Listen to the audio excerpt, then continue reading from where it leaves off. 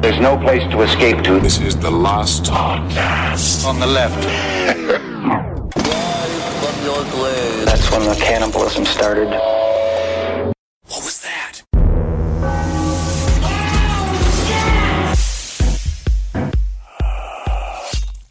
Knife wound. Knife wound, yeah. That's not a bad way to go.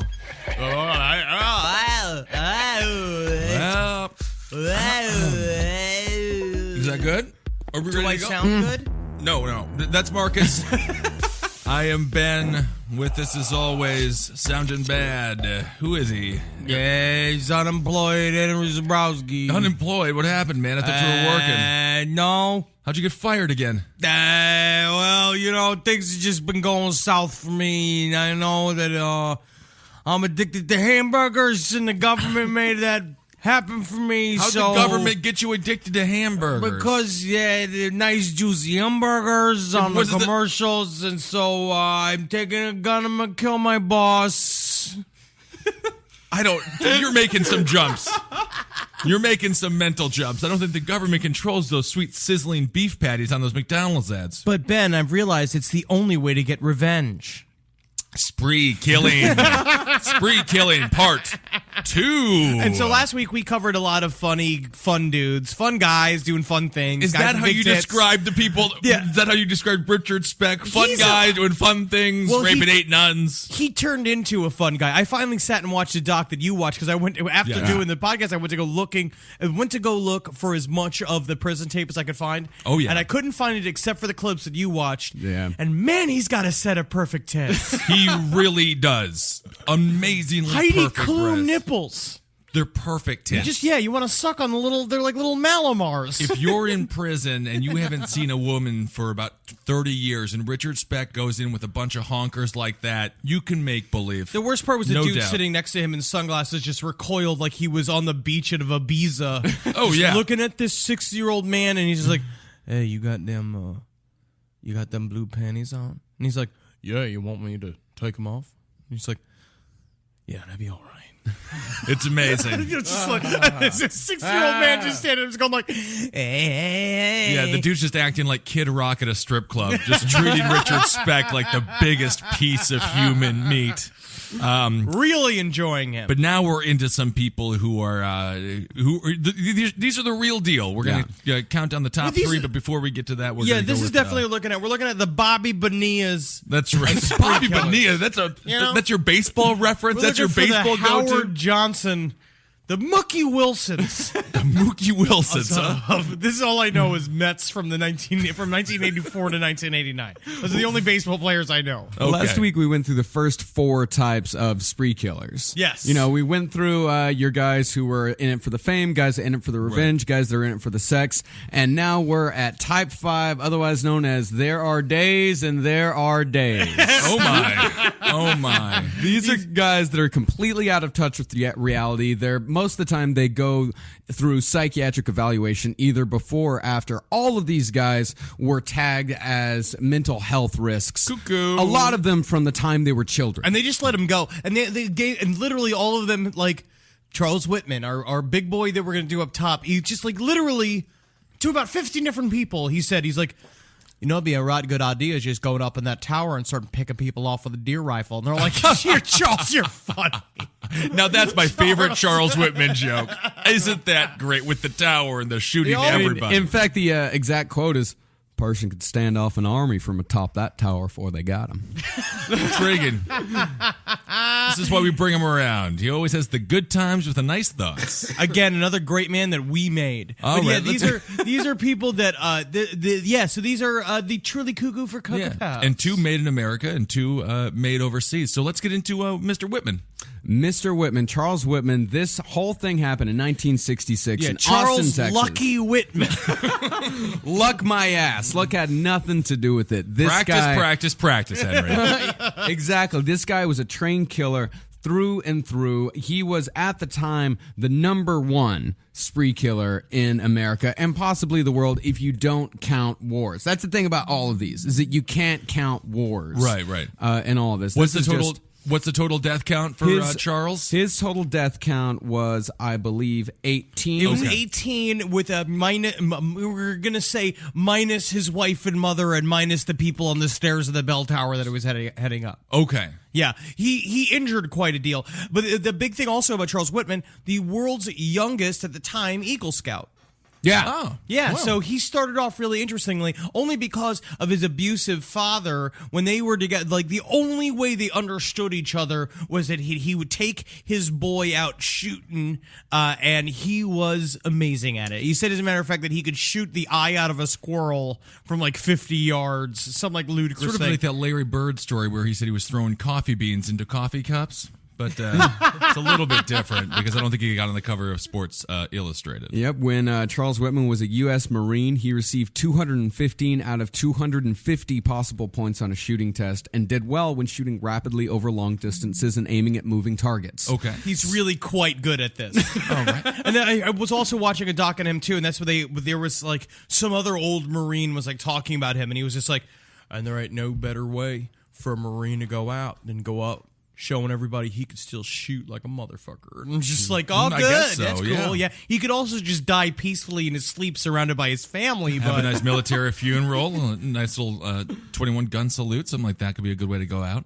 So what's his MO? Well, before we get to his MO, I want to make sure that we clarify his body count. He shot 12 from the tower, but his overall body count was 18. Yes. Right. Yeah, he shot 12 from the tower. He shot 4 on his way up to the tower, and he shot his wife and his mother before he got to the tower. Ah, yes. But in order to save them, that's what you guys don't understand, is that he wanted to save them from embarrassment. Yeah, that's true. He didn't want them to see all the terrible news stories. I feel about like the I'd say boy they love. if Jackie ever went on a killing spree, I'd just be like, you know what? I can live with the embarrassment. Yeah. Matter of fact, that's going to give me good numbers. Yeah, Jackie Zabrowski would go on a wonderful killing spree. Yeah. Speaking of killing sprees, Marcus has quite an unbelievable video of him shooting what is it? AR-15. An AR-15. Yeah. So when you go on your killing spree, that'll be all over the news. I'll post it. I'll post it on the page because you can see my maniacal joy. Oh, he's having a great time. After shooting it. Like, I'm Indeed. just laughing so hard. That's right. But he climbed up to the top of the bell tower in UT. And before we get into really like his kind of private life, I just want to say, I have been there. Right. I have been to the University of Texas, to the courtyard where he killed most of his victims. These are your people. These are my people. This is Yeah. Texas, you know? Right. And I've seen from the length, the distance that he shot these people. He was good, huh? My God. And it is terrifying to think that a man is that good. Oh yeah, he was pulling a Michael Jordan 3-beat. Yeah. Like this was his golden moment. This was the moment he was born to do, and he knew it from years before that he was going to, because he kept saying it. He kept saying to everyone, it's just like, you just go up at that bell tower and start shooting people. He'd already ran it through in his brain. I mean, Over and over again. Well, he's the only one out of the ones that we're going to talk about today that did not have psychological problems as a child. Okay. He had a relatively normal upbringing, especially for Texas at the time. You know? Yeah, his dad was a piece of shit. Yeah, his dad beat him. Yeah, but most Texas older men, once you hit 45, you just slowly turn into a beer guzzling, big hat wearing, shit kicking clod stomper. Sure. You know what? I'd take it back. Me and you can share this one. He grew up in Florida. What? Oh, Yeah. This is the Florida guy. Yeah. Florida created Mr. Charles Whitman. Where Very did he interesting. grow up in Florida? West Palm Beach. Whoa, where the Mets train. Mookie Wilson. Mookie Wilson spent some time there. Howard Johnson spent some time there. He was a popular guy, moderately intelligent, Sure. pretty normal. The only trouble he really got into leading up to this, because a lot of these guys have criminal records, the only trouble that he got into was when he was in college. Him and a couple of buddies went out, they shot a deer, they brought it back to their dorm, and they tried cleaning it in their dorm showers. Well, That's that is just goofy. That's Yeah. redneck pranks. Yeah, that's That is just a redneck redneck pranks. prank. And when he was in the Marines, he got into trouble for gambling. Okay. He had a Gotta little let bit off some steam. Yeah, Indeed. he got into trouble for usury. I mean, for that's kind of usury? hardcore. That's like Yeah. that's What's a biblical usury? crime. That's lending money and looking for interest.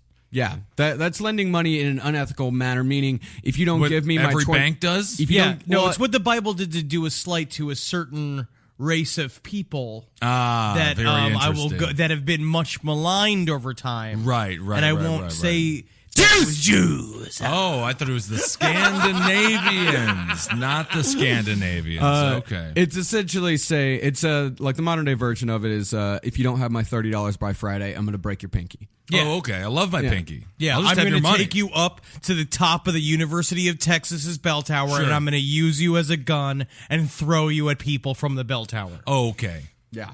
You could take out a lot of people if you threw me. Yeah, Yes. like a whole other big man. I don't know. I don't know. Like I guess 4 kids. Yeah, maybe 4 kids. First of all, it's me getting you up and That's throwing a lot you of like a work. spear, and I Yeah. don't got that kind of time. No, ain't nobody got time for that. I know. It's tough. So after years and years of doing various things, he was a student at UT very briefly. Okay. But couldn't quite hack it. After this, in the weeks and months and possibly years leading up to the shootings, he started getting these blinding headaches. Okay. My head is killing me. And it's like after a while, that's Yeah. going to make you start connecting every single thing that happens into your life that while you're having a headache is going to make you mad. And then when you're not having a headache and you still see Kathy coming in, she's just like, oh, Charles, they dropped one of the eggs. And you're just like, my head is killing me. And he goes to a few different doctors and he tells them, listen, I have these blinding headaches. I'm starting to have very aggressive thoughts. I'm worried that I might do something. Well, he definitely slapped his wife around the first couple times. That was the thing. He met his lovely during wife, the Kathy. headaches? What I mean, they were probably happening at the time. I know it was as soon as they got together, she was like his dream woman. Right. And then he immediately started like barking on her. I mean, they were Yeah. married for 4 years before the massacre happened. They married in 62. Okay. At the same time, I just really feel like ladies, men, if your significant other starts screaming about his headaches If he and talking starts about to how he's going to go act- to the top of the tower, just try to stop him. If he starts to act like Jeff Goldblum in the movie The Fly, just get out of there. Yeah, He's doing gonna pull-ups turn at into 4 a killer o'clock in the morning. It's not good. I mean, sure, he'll be strong for a couple of nights, and you can grab a strong man back and ride it, and it's hot and it's steamy. But he's But a killer. Still, he's a killer. A real. You're gonna get it, woman. You're gonna die. So the day before the shootings, Whitman went out, bought a pair of binoculars and a knife from a hardware store, some Spam from 7-Eleven. Hell yeah. Yep, picked up his They're just wife's... making cookies later. That's spam. That's spam. What did he? That's Pam. Pam. He bought Spam. Spam, yeah. So Spam was what fueled this You killing said- You spree. thought that he went and bought a bottle of Pam? I don't know what he's oiling Like a up. bunch of spray butter? Why not? What would he use it for? I don't. The other day, I put some Pam on some bread, grilled it right up. It tasted okay. That's disgusting. It was sad, but who cares? We're not here to judge me. We're talking about Charles Whitman. But I for heard Christ's what he was sake. going to do is going to use the Pam to spray up the courtyard in front of the bell tower would so have been people go amazing. slip sliding all over it. Before he decided to start shooting people, he's like, I'm going to make the world's slipperiest courtyard. Yes, this will be the funniest spree killing ever. Oh, banana peels. That would be quite amazing. As many whoopee cushions as a man can fart upon. So, That's a sad time to kill a person after they just sat on a whoopee cushion. Yeah. so he goes, he picks up his wife. They go and hang out with some of their friends that afternoon. He drops off his wife at her night shift, and this is when he pens his suicide note. Okay. Yes, and I love this letter. He really does well. You could really hear it all in this. So, should I begin? Yeah, read that note. reading. Is that a vocal warm-up for you? I don't think that's a theatrical vocal warm-up. Well, we don't have any recordings of Charles Whitman's voice, so we really have no way of knowing what he actually sounded like. Interesting. That was the other problem. It was this tiny, teeny Yeah. voice. Big man, tiny voice. 6:45 p.m. I don't quite understand what it is that compels me to type this letter.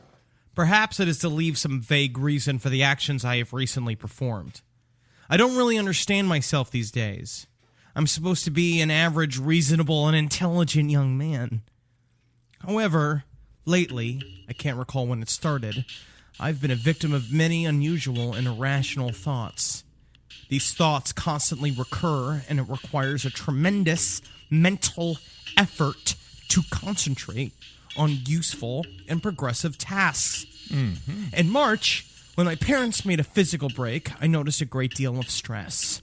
I consulted a Dr. Hakram at the University Health Center and asked him to recommend someone that I could consult with about some psychiatric disorders I felt I had. Right. I talked with the doctor once for about 2 hours and tried to convey to him my fears that I felt come overwhelming, violent impulses. After one session, I never saw the doctor again. I wonder why. I don't know. I mean, but what doctor just releases him after all that? I mean, a scared doctor. A doctor looking out for number one, which I understand. I think it's a doctor who he came in at 4:57. The doctor was off work at 5. He's like, "You got 3 minutes. You got 3 minutes, so you got know- unconventional violent thoughts. Okay, I gotta go. I'll see And you you're soon. fine. Just See get you, on bud. out of here. Office It's really great. closed." It's really good. Take some aspirin. Medical records indicate that he just gave him some Valium. Perfect. That's actually a very good thing. He should have had that. That's great. He should have been having that 24/7 because if he Indeed. was asleep, he wouldn't have been killing That's everyone. right. Get him on the drip. And since I have been fighting my mental turmoil alone and seemingly to no avail, after my death, I wish that an autopsy would be performed on me to see if there is any visible physical disorder. I've had some tremendous headaches in the past and have consumed 2 large bottles of Excedrin in the past 3 months. It was after much thought. Little yellow. Little. This is not an advertisement for Excedrin. Little, yellow, different. It was after much thought that I decided to kill my wife, Kathy, tonight after I pick her up from work at the telephone company. Charles, have you maybe thought we about shouldn't this? think so much. Honey, I couldn't help but notice that you drew my face on a target, Yes, and I honey. don't I'm appreciate always it. thinking So, about you. we're gonna have dinner with Jim and Pam. I've been thinking a lot about you lately, honey. I love her dearly, and she has been as fine a wife to me as any man could ever hope to have. I cannot rationally pinpoint any specific reason for doing this. I don't know whether it is selfishness or if I don't want her to have to face the embarrassment my actions would surely cause her. I bet you she could have dealt with the She embarrassment. could have been fine. Yeah, she would. There's a lot of stuff you can do when you're alive. She might not have loved him. She might be happy that he's dead. Yeah. At this time, though, the prominent reason in my mind is that I truly do not consider this world worth living in and am prepared to die, and I do not want to leave her to suffer alone in it. I intend to kill her as painlessly as possible. He stabbed her like 15 times. Yeah, he's like sort of a hero, but then not at all a hero. Same thing with his mama. Yeah. Similar reasons provoke me to take my mother's life as well also. I don't think the poor woman has ever enjoyed life as she is entitled to. I will She crawl back inside of her and eat my way out. I need my way out. I heard that the uterus is chewy like bubblegum. Yeah, that's true, actually. She was a simple young woman who married a very possessive and dominating man all my life as a boy until I ran away from home to join the Marine Corps. So I'm just happy to be nothing like my dad. I'm nothing like my father. So what happens here is that 2 people showed up, a handwritten addendum after he wrote this. He killed his wife, which he brought her home, right? Yeah. He killed his wife by stabbing her a bunch of times. Then, while he was writing this letter, friends came over and hung out with him. And they said the only unusual thing is that he had the typewriter out in the living room. But otherwise, we had a fairly pleasant conversation. That's nice. You know, and they just talked about it. He got him off. And then he writes, friends interrupted, August 1st, 1966. Monday, 3 a.m., both dead. I was a witness to her being beaten at least once a month.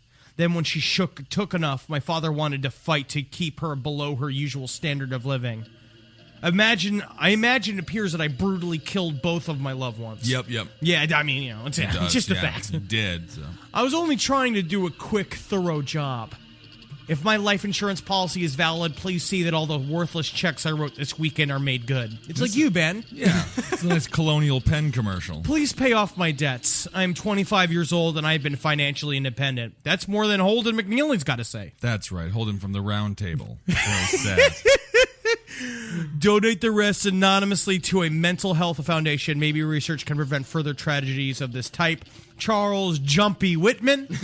He went jumpy. It's Jay, so I think okay. I think his middle name was Jumpy. I think so. Give our dog to my in-laws, please. Tell them Kathy loved Scotchy very much. Oh, very nice. Extremely concerned about the dog. I'm happy he didn't kill the dog. Yes. He does have a heart. Yeah, and then he wrote a letter that he put next to his mom's corpse, if you want me to read it as well. Yeah, what's the point of that one? To whom it may concern. Well, your mother. I have just taken my mother's life. I am very upset over having done it. However, I feel if there is a heaven, she is definitely there now. If not, I guess she's fucked. That's not a very nice letter, Charles. And if there is no life after, I have relieved her of her suffering here on earth.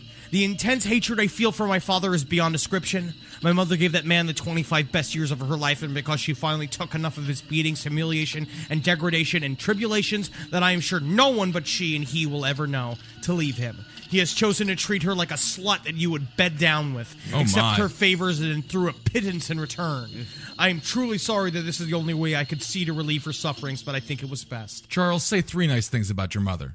She's got a strong back, she's got a beaten stomach, and she's got a winking eye. Okay, that's nice. Let there be no doubt in your mind I love that woman with all of my heart. Jeez. If there exists a God, let him understand my actions and judge me accordingly. Charles Jumpy Whitman. I still don't fully understand. He killed her because she was beat? I mean, it's kind of He killed her. I mean, he's slightly worse than his father. Yes. You know, because he killed her. He stabbed her a bunch. Right. Mm-hmm.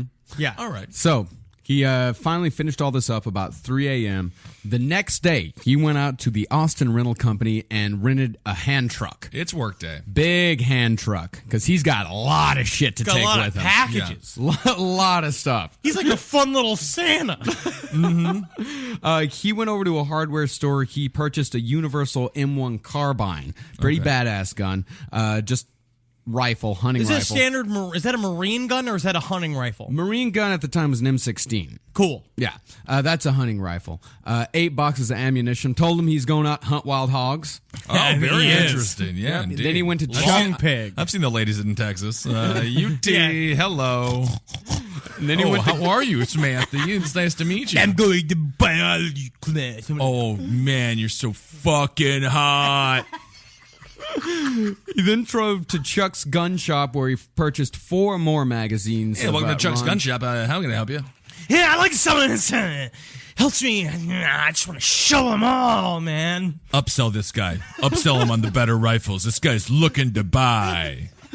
He bought 6 more boxes of ammunition and a can of gun cleaning solvent. He then went to Sears, where he purchased a Sears Model 60 12-gauge semi-automatic shotgun, and then went back on home. And a nice dresser set as well. Yeah. That's one thing he doesn't mention in that. Then A bunch of plus-size brassiers. It's interesting, yeah. Then he sawed off the barrel of a 12-gauge shotgun, packed the women along with a Remington 700 6mm bolt-action hunting rifle, a 35 caliber pump rifle, a 30 caliber carbine, a 9mm Luger pistol, a Gallus Brescia 25 caliber pistol, and a Smith & Wesson M19 357 Magnum revolver, 700 rounds of ammunition, all into his footlocker. He already packed food, coffee, vitamins, Dexedrine, Excedrine, earplugs, jugs of water, matches, lighter fluid, rope, binoculars, a machete, 3 knives, a transistor radio, toilet paper, a razor, and a bottle of deodorant. So he was prepared.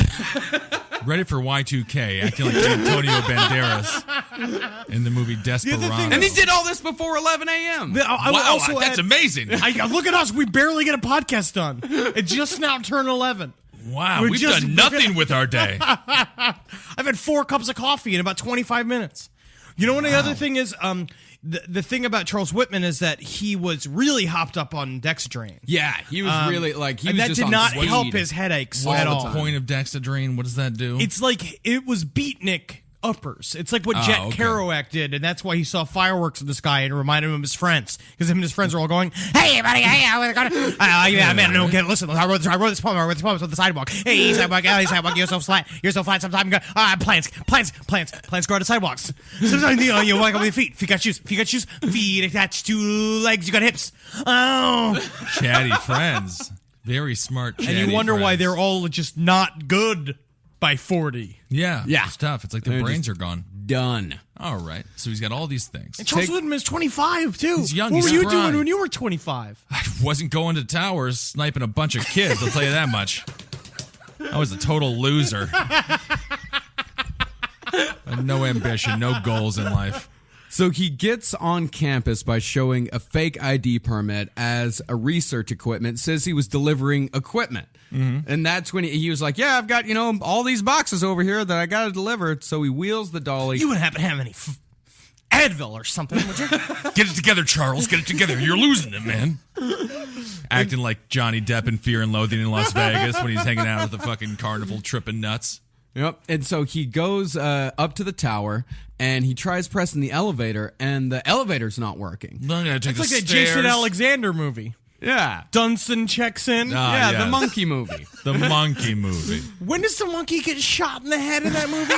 I'm not sure. I think it goes to University of I wanna Texas to find study a movie- biology. I want to find a movie that's brave enough to start shooting monkeys in the head. Dunstan checks out. Yeah, 'cause if they're like people, Yeah. you know. Might as well.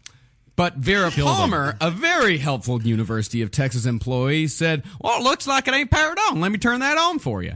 Oh, And- so he's the real person that Yeah. caused the murder at the And then University of Texas. Yeah, he also told JFK, he's like, you should keep the hood down. It's a hot in hot Texas. sunny day. It's hot in Texas. People Go love to- to see your face. Big old round in Irish Germany head. in 1932. It's like, I would say that painting is not as good as it could be. I think that he needs to maybe do some more independent study before we let him into school. I think if you just put your hand like real sharp at like a 75-degree angle, people might respond to that. They might like that, just the hand movement, but I don't know much anyway. So after Vera turned on the elevator, Whitman says to her, you don't know how happy that makes me. Yeah, that's so scary. Oh, man, you know, just it's- another future massacre I caused, that's all. You could just hear it in his voice too, because of his face. Because he looks like a block of Wisconsin cheese. Like he's got one of those like long tube heads. Like he's a full American, where it's like his like buzz cut just sits on the top of his fucking cylinder like head, and he's just like,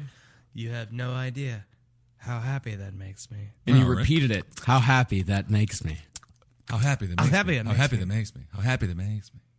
All right, so he's in the elevator. So it's at this, he goes up to the 27th floor. Of course, the elevator doesn't go all the way to the clock tower observation deck, and he starts lugging all of his shit up the stairs, and this is when the public killing starts. Yes. Okay. This is when he just starts attacking anyone that he sees. The first one is an old woman. He fucking hits her in the face with the butt of his rifle, and then he hits her again when she gets on the floor and smashes her fucking skull open. Yeah. So he Drags her doesn't behind. actually shoot her. No. Drags her behind Wow. a couch. Okay. Yeah. And then he goes up the stairs. He gets up there, and then it's a fucking family. He's just going like they're going to go see the bell tower. And Cheryl he's like, Botts and Don Walden. Daddy, I want to go see the bell tower. And he's just Right. like, if you just shut your goddamn mouth for a second, we're gonna get up to the tower. You are making my head explode, son. And then when he got up to the observation deck, there was two people up there, and Whitman had the gun in his hand. And one of the guys says that he thought Whitman was there to shoot pigeons. Sure, yeah. And they exchanged brief pleasantries, and then the couple left.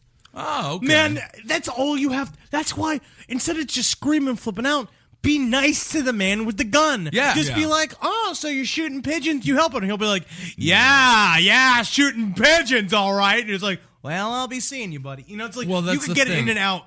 I mean, when you tell Whitman like shooting pigeons, he's like, well, that guy sees how I see the people. You know, this is large pigeons. He gets me. He You understands. get out of here. I like the way you. I like the cut of your jib. That's right. They're Get little on outta walking here. pigeons. That's what I call them. Little can't fly pigeons. And so then he barricades the stairs to make sure nobody can get in. Right. But he sees a couple of two families coming up the stairs, try to get to the observation deck, and they start looking through the barricade, try to see what's going on. And Daddy, I want to go outside. Some losers burned up the door to think he's out there, Daddy. And that's when Whitman put a shotgun through the hole and blasted him in the head and instantly killed him. All right, very good. Yeah. Sounds. And I'm then happy he- that kid's dead. Yeah, he shot two kids. He shot they were 16 and 18. He shot and killed one, and then shot another one who got knocked unconscious. He fired the sawed-off 3 more times through the gates. He wounded the mother in the head, one of the mothers in the head, and then he killed Marguerite Lamport with a shot to the chest. Okay. And this is when the real killing started. That's the story of America.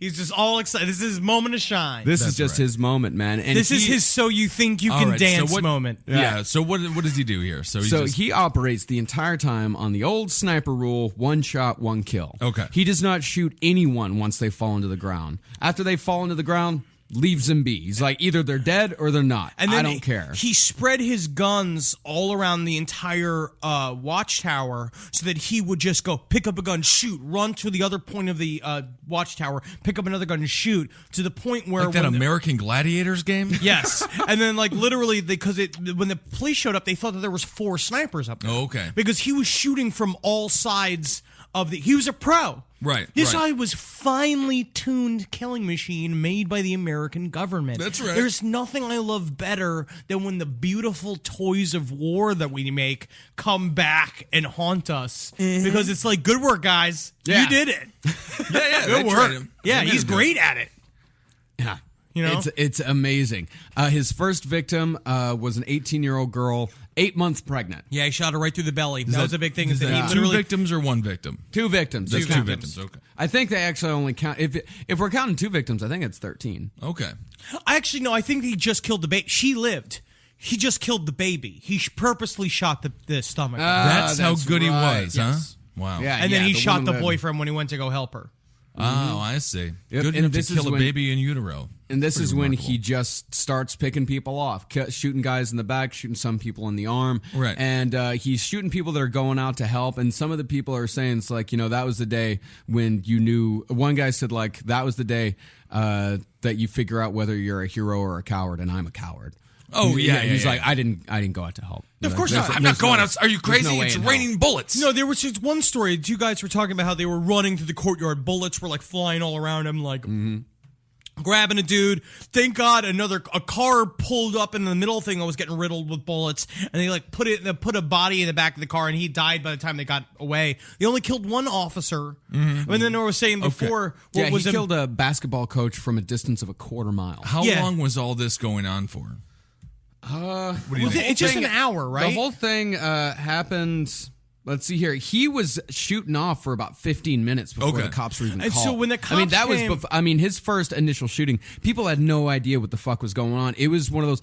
He was shooting people from so far away that you were just seeing people fall. Yeah. Right, It's right, like, right. what the fuck is happening? People's arms are just exploding. Like Yeah. you might hear like a, but it wasn't. People just had no No, fucking he clue what was was going on kinda fun. or where the shots were coming He was from. totally right about the bell tower. It was exactly what he needed to be. It's where he needed to be in order to do what he wanted to do. Right. But so basically, this is also a great story of like when the cops started showing up. The big thing about them is that they just have rifles. They have guns. They have handguns, so they can't reach him where he is. So they want to call the cops. Showed up. They're like, "What the fuck do we do?" And this is just an example of like all of Austin, Texas was like, let's get our guns, boys. And they all went and got their high-powered deer rifles and came back to the scene and then started pinning Whitman down by shooting at him. Like all of the NRA Right, came and protected themselves. And basically because the cops had no communication amongst themselves. This is before they had any sort of like walkie-talkies. They 3 cops independently decided to be like, well, we're going to take him out. And so they snuck underneath. They ran him through gunfire to the bell tower, and there were saying it's like 3 different dudes and 1 civilian got to the bell tower and on different points of the building, went in different entrances, and all showed up on the same floor, the floor below the actual observation deck. Right. And they're all like, they all came out of elevators like, like pointing guns at each Yeah, other, yeah, like yeah. almost immediately killing each other. And before that, That's I mean, great. hell, they even brought out an airplane. Like they And he started shooting at the airplane. Yeah, they brought out an airplane with a police sharpshooter in it, but the turbulence was just too much. Too much. And they could never get a shot on him. And Whitman just started. So how did he end up getting taken out? Well, 3 officers All right. went in there. Their names were Ramiro Martinez, Jerry Day, and the hero of the day, Houston McCoy. And Houston he was the McCoy. most affected by it too. They said Yeah. because he was a deeply religious man, and he was really fucked up by what he had to do. Yeah. Yeah, he absolutely, because they were, they saw all of these bodies Right. on their way up. All right. So Martinez, followed closely by McCoy, proceeded north on the east deck, while Day, followed by Crum, proceeded west on the south deck with the intention of encircling Whitman, trying to get him on both sides. Several feet before he reached the southwest corner, Crum, who was a civilian, All right. accidentally shot his rifle off. More. That happens. Yeah. That'll happen. Yeah, you can't just let Bumbley Crumb in there and he's just like, I never shot a goose.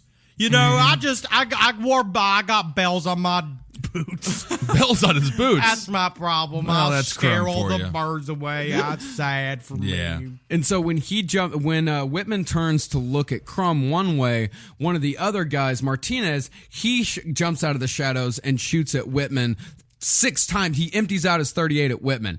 Misses every single shot. Come on, you got to hit him with one of those. And You got to be in the clutch. You got to. And that is when Houston McCoy jumps out and just unloads both barrels of a 12-gauge shotgun right into the motherfucker's head, chest, and arms. Yes. Oh, all right. Boom.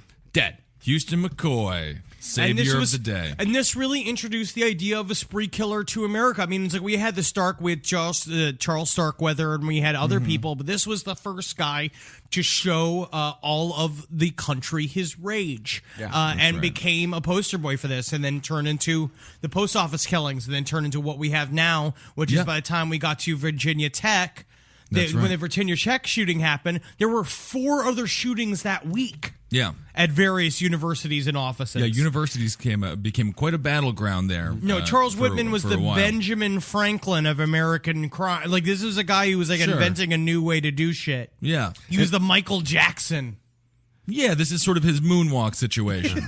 Really changed the face of And by the violence way, forever. they did do the autopsy on his body after he was killed, and they found a pretty big fucking tumor in his brain. A big tumor in the not center a of his tumor. brain. Yeah. It's not it was a tumor. It was a tumor. It was. I'm Turned out it sorry. was. That Kindergarten Cop. That movie could have ended much better had Arnold gone up to a small sniper stand and just shot all those kids. I think that maybe I could have actually been a tumor. I think it's a tumor. Let's go do America's #1 spree killing of all time. Also took place at a university, the University of Virginia Tech. Yeah, Marcus, Seung-Hui Cho. Seung-Hui Cho. Now this guy, this is a horrible case. This is a thing that's like you can see this type of person happening all over the country. If you go to school in America, you see these people all the time. He was Seung-Hui extremely was introverted. Extremely introverted. What they found out when Seung-Hui Cho was a child, like when they found out when he was growing up, is that he suffered from this thing called selective mutivism. Okay. Which is the idea that he was just being like super shy. Yeah, and he right. only speaks like 4 people. There was a lot of people who basically figured that he probably only spoke like 200 words in his lifetime. Right. Like he barely spoke. Yeah. And so basically what happened is that led up until he had a lot of different he had a lot of different social problems for forever until he got to his senior year of being at Virginia Tech. Went in there to be a IT guy, and he excelled in that because basically, as he got through high school, using medication and therapy, they were like, okay, well, he's breaking him out of his shell, and he's like, I don't want to do this therapy no more. I want to go. So his father's like Guatemalan. And and I'll his also say mother's this Asian, about this. something like That's why I believe that the Hong Kong Henry Zebrowski persona is taking back. It's a friendlier form of the Asian. Right, You know what I mean? right, This right, is right, an right. outgoing. He likes the people. He likes to talk and be with the people. Sure, He has a right. girlfriend.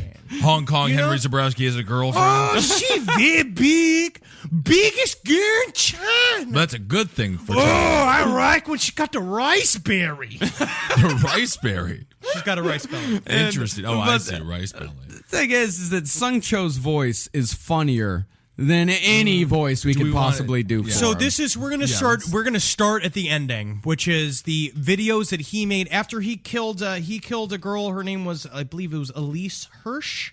Elise Hirsch. And he killed her and her roommate. There was a lot of speculation. What is her name? Hilscher. It was Emily Hilscher, and he killed her roommate. And there was a lot of suspicion for a while that maybe that it was because she was his ex-girlfriend, and that is No. absolutely not She true. didn't know. Because he invented a number of fake personas that he said were like friends of his. Like basically, he said that he had a fake girlfriend. He told his Right. like roommate that he had an imaginary girlfriend who called him, I believe it was Snacky, who called him as a nickname Snacky, and then he started Cho? calling himself question mark in class Right. and stuff like that. Yeah. And this was this final impersonation, the final character he played, like Henry Zebrowski. He played a character named Axe Ishmael. I do and like this was Axe Ishmael. after he killed Emily and her roommate. He made this video to Right. send to NBC. I didn't have to do this. I could have left. I could have fled. But no, I will no longer run. If not for me, for my children, for my brothers and sisters, the chief. Whoa. I did it for them. The strong You language. had 100 billion chances and ways to have avoided today, but you decided to spill my blood. You forced me into a corner and gave me only one option. The decision was yours. Now you have blood on your hands that will never wash off. You sadistic snobs, I may be nothing but a piece of You have vandalized my heart, raped my soul, and torched my conscience. You thought it was one pathetic void life you were extinguishing. Thanks to you, I die, like Jesus Christ, to inspire generations of the weak and the defenseless people. Do you know what it feels like to be spit on your face and have trash shoved down your throat? Do you know what it feels like to dig your own grave? Do you know what it feels like to have your throat slashed from ear to ear? Do you know what it feels like to be torched alive?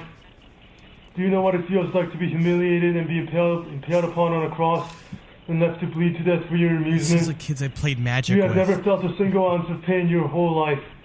Yet you want to inject as much misery in our lives as you can, just because you can. You had everything you wanted. Your Mercedes wasn't enough, you brats. Your golden necklaces weren't enough, you snobs.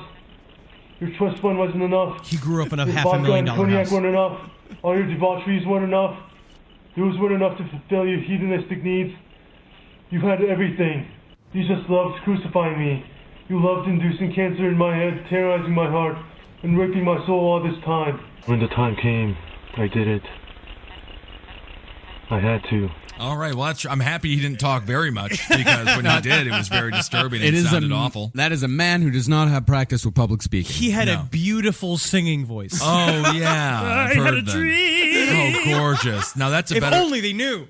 Yeah, But this is fuck that Susan Boyle story. so basically. Show on American Idol. That would have been something. This is a very similar breakdown to what happened with another all-star, Adolf Hitler, who was basically, he went through his whole life never being able to express himself. People would ask him questions, and they would talk about. They interviewed his friends in elementary school, friends, quote unquote, people who sat next to him in elementary school, Right. and they were like, he never said a single word. But everyone also said was the thing about him is that he was totally anonymous. No one made fun of him. Like he never. He was fine. He was totally fine. Nobody bullied him. He grew up in a totally normal Korean household, which is just like it's very silent. And that they were talking to his elderly grandmother who was sitting in a puddle of spit, smoking like a 4-yard long cigarette. Sure. Who was like talking, and she was like, being quiet in like Korean culture is like really respectable. Right. And his dad was also super shy, so they just thought he was fine. And then, I mean, they just didn't care. I mean, not that they didn't care. It's just a different type of parenting. And just a real quick side note for those of you, I think a lot of Americans know, but people outside of the United States, if you don't know who Seung-Hui Cho is, he killed 32 people in one day. It's Yeah, the number 32. one. It's the number one spree killing to ever happen in American soil. Yeah, was also- and number 3 worldwide. But he was also a little Shakespeare. Can we read his one of his Well, plays? I want to just set it up for the fact that like what had happened with him was that he couldn't express himself, couldn't do anything. He gets to college, right? Right. And when we're in college, we all discover a lot of things about ourselves. Sure. I started smoking weed. We had a great time, you know. I don't just- like sucking a bunch of dicks. You know, I didn't enjoy that freshman. Oh, what are you talking about? What are we talking about? And so Beards are scratchy. Beards are You're just scratchy. I learned that too. Yeah. I hate the way their balls smell. Whoa. Yeah. That you learned that. So he went and he was going to be an IT guy and he was doing fine in school. Like he was never even a great student. He was just a terrible like, he was student. fine. He was whatever. And He was an idiot. He finally took a creative writing class. That's right. And he was like, this is it. Life He's calling. like, I can finally, this is it. I can sit. It's an introvert's way of expressing themselves. He's like, I can sit in a room. I can write. He's like, he went home that Christmas, his freshman year of Virginia Tech. Perfect. And he's like, Mom, Dad, I'm going to write a romantic novel. Isn't that and they're nice? like, sure. You'll do great at it. I guess that's whatever. You know, Everyone whatever it is. described you as romantic. So he wrote a bunch of it, brought it to the head of the creative writing program at Virginia Tech, and she's like, this is not, you are not a writer. Some people have a calling to be a writer. And so then he proceeded to write all of this shit. I don't know if you also read his poem. Do you want to start with his poem, Spear Me Down? Oh, I can start with that. yeah, let's Yes, hear so Spirit this down. was- this is I what want to he hear wrote. him read it. Yeah, I mean, I wish Cho God would knows, be it would alive. take 25 minutes. But he wrote this poem in his creative writing class. It's called Spare Me Down, Heaven. Okay. This thing, my life, all in agony, of hell of torture. Really good impression. And years of bludgeoning torment, not tiny nuisances. Thank you. The disgust eyes, dirty frowns, and red fingers pointing at me. Feeling all the patheticness and humiliation. What time is right to abort the null existence and retire from sick lifeblood? And yet feelings, thwarted by sun's beams ready to attack, averted by smiling faces ready to rape. Come, a wish to annihilate myself. If this wasn't true in my plaguing conscience. But Jesus Christ! Another day comes tomorrow, a shade better than present. If I can imagine, a day anew like a newborn or an old dying, when nothing is everything and everything is nothing, and all is mere shutting of eyelids. Good Christ! Rip me apart, tear me to shrivels, eat me to help me see a better day's worth and salvage this decaying thing from myself. Yeah, he's better than Morrison. That wasn't that bad. I like what he did with the newborn and It's just- old dead. It's That's just good. very, he feels very sorry for himself because he finally going to express himself, yeah. and now he's just like, I'm ready to be a hippy dippy. I'm ready to be with the kids now. He's not a cool guy. But You the know, it's problem very is that- difficult. but that's what he was. And then he started calling himself question mark, Which and- would work. You would assume he could probably get some pussy. His professor found his behavior, quote, menacing. Yes, and then he said he intense. made a Facebook page for his question mark persona, Okay. in which he said that he lived in room 666 of the 6th floor of Cathan Hall, which there didn't exist. There was only 5 floors of Cathan Hall, and Right. everyone's just like, and he would talk about his imaginary girlfriend all the time, and it started escalating when he would show up in women's rooms with his baseball hat on and his like sunglasses over his face, and that's what he started doing, where he started to like hide himself, and then he would like walk in a women's room and be like, "What's up?"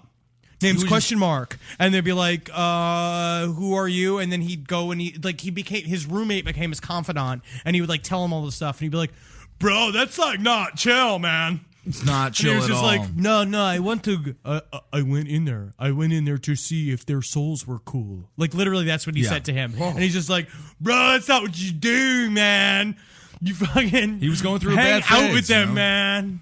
He was really going through a bad phase. Not But a they- cool guy. And trying to be cool. he also did really weird things, like he would listen to the song "Shine" by Collective Soul over and over. that's the and worst over thing he's done. Over and What over a- and over and Can you over imagine again. this Just wouldn't stop roommate listening to situation it. being like just calling your parents and you're like, yeah, he's a quiet like Asian kid, which is like fine, but then he listens to that song "Shine" by Collective Soul, that really shitty fucking Calls band. himself question mark, which is just like the worst weird. fake menacing nickname of all time. And then he started calling, and then for the final moments he called himself Axe Ishmael, and there was a lot of Right. debate as to what Axe Ishmael meant. But so Probably not much. It's the sad thing. let's Yeah, let's read some of his work. begin some masterpiece theater. Well, the only piece that we'll read for you guys today, it's a little play by the name of Richard McBeef. Now, this is one of the sadly rejected pieces that got him to be where he is today in the grave. Yeah. It is interesting. Hitler was a failed artist, and now, of course, this is the equivalent of a Hitler Also, we painting, found I was suppose. one interesting detail of his crimes is that he chained up all the doors, and there's a lot of talk about how like he may have had a couple of dry runs because they found chains on doors without the campus weeks leading up to it, and that he would write he wrote a note in all of them saying like, if you try to open these doors, the building will explode. Oh. Yeah. That was part of what kept people inside. He was he planned this out. He did it well. Meticulously. He also went to Meticulously. 2 different gun shops, and he recorded all those videos in 2 different hotel rooms that he Okay. rented. So, All right. Richard McBeef, the cast of characters. Richard McBeef, stepfather, 40. Sue, mother, 40. John, son, 13. The setting, a living room, a basement, and a car. Oh, my. He's got the formatting down. Yeah. Act 1, Scene 1. It is morning. The sun is shining through the windows of the kitchen. John enters the kitchen, grabs a cereal bar, and opens it. That's disgusting. Richard McBeef is sitting in the kitchen with his legs crossed, reading the newspaper. Hey, John. He forces a smile at him. What's up, dick? He frowns. Try Dad. You ain't my dad, and you know it, you dick. John chews on the cereal bar angrily. Come on, John. Sit down. We need to have a man-to-man talk. Richard pulls a chair next to him from under the table. Man up your ass, bud. John sneers, then proceeds to the living room and turns on The TV. the TV. Richard follows him, sits down, and faces him. I may not be your biological father, but I'm your new father. We live under the same roof. We really need to get along. Come on, son, give me a chance. Richard gently rests his hand on John's lap. What the hell are you doing? John slaps Richard's hand. What are you, a Catholic priest? I will not be molested by an aging, balding, overweight, pedophilic stepdad named Dick. Get your hands off me, you sicko! Damn you Catholic priest! Just stop it, Michael Jackson.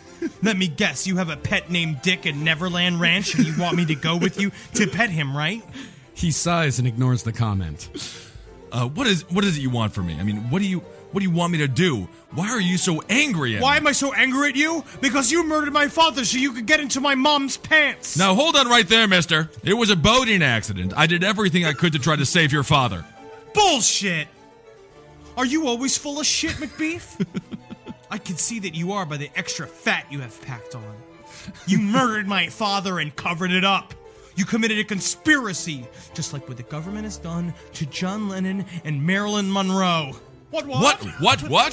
Frowning, he catches a glimpse of an old tabloid titled, "The Cover-Up of Marilyn Monroe and John Lennon." You once worked for the government. As a janitor, at least. You hated the fact that my mom was with my dad. You knew my mom was too good for my father. So you took him out and you stole her, you son of a bitch. No, Dick! You shut the hell up and you listen to me. You what? You want me to stick this remote control up your ass, buddy? You ain't even worth it, man. This remote was $5.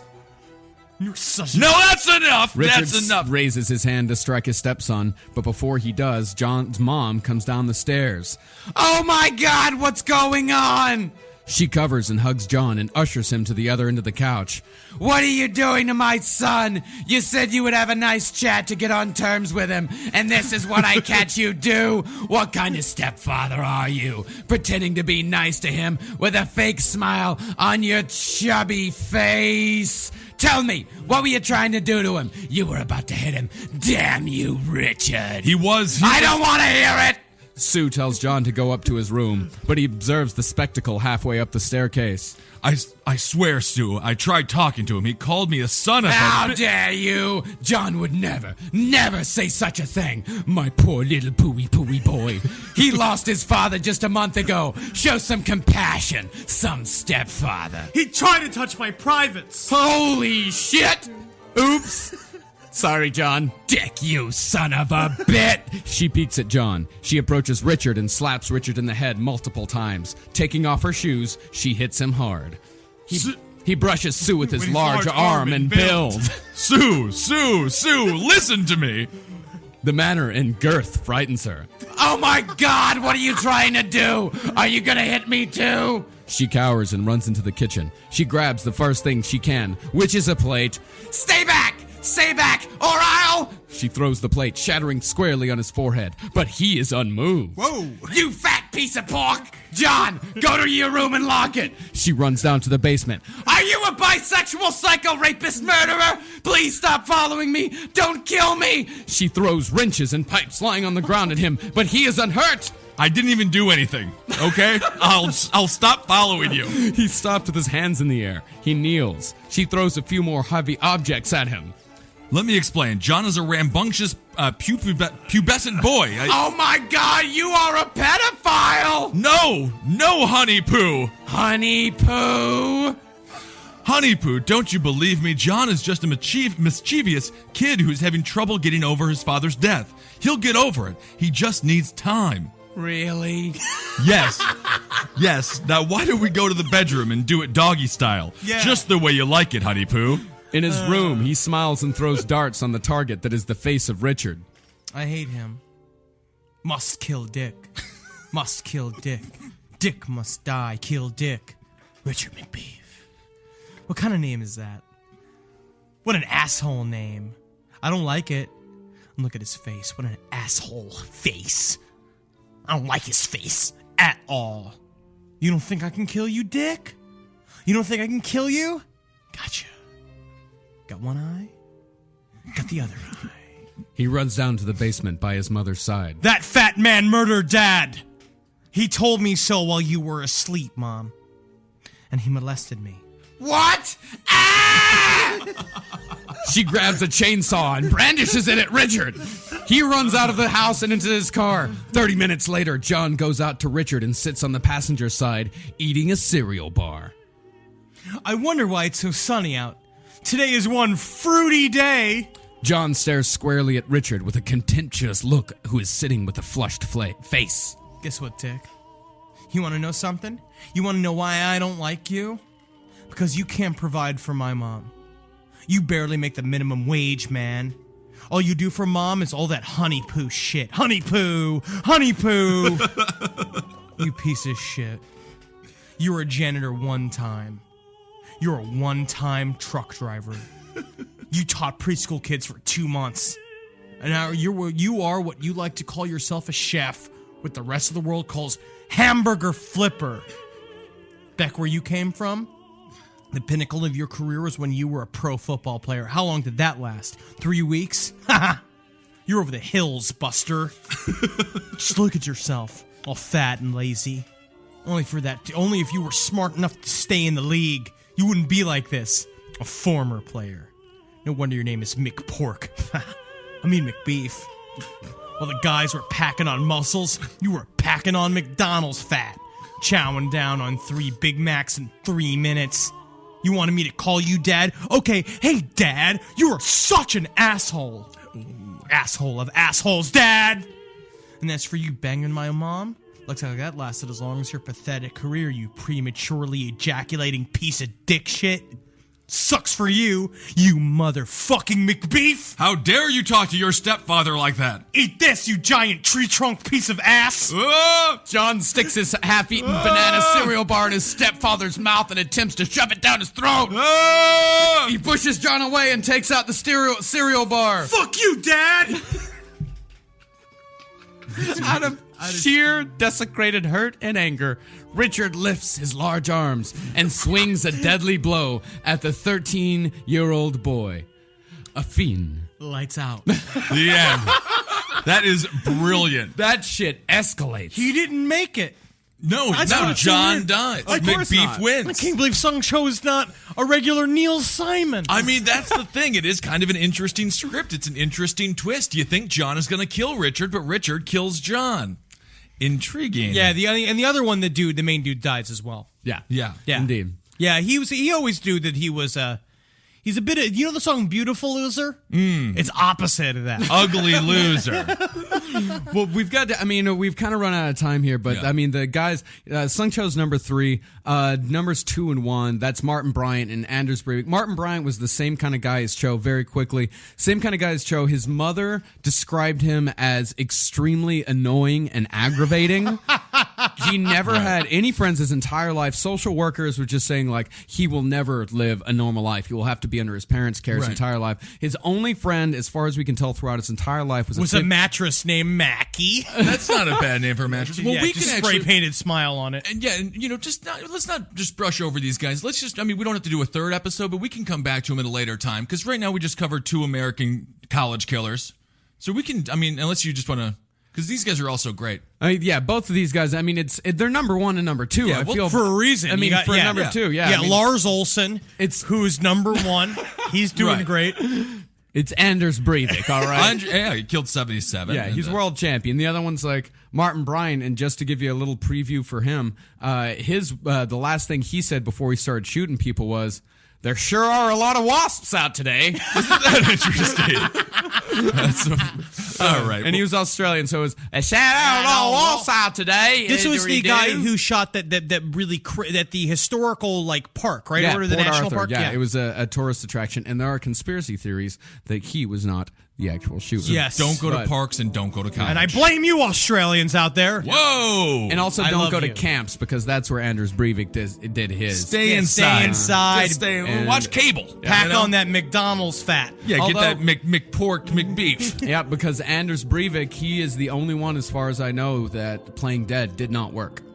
Oh Yeah. no, he wasn't falling for that old bullshit. No. No, he was just shooting everybody 90 times. 'Cause he had all the time in the world. He was in the middle of an island. He was on an island. Yeah, Oh. if he didn't see blood, he was shooting. Yeah, that story. Yeah, and he just got done with the tennis championship after getting out of clockmaking university. You have a different idea of what they do in Norway. Huh? All right, well, that's the story of Whitman and Mr. Cho. And that needs to be an odd couple. That needs to be a team. If you're having violent Whitman and thoughts, Mr. like Cho. literally tell someone. I'm going to just tell somebody. Tell a lot of people. It might be a tumor. Don't stop at one. Tell everybody. Just tell a lot of people about it. Tell them through bullets. No. What? All right, Magustalations. Hail me! Algene. Hail Satan! And of course, hail yourselves, everybody. We'll talk to you soon. Goodbye.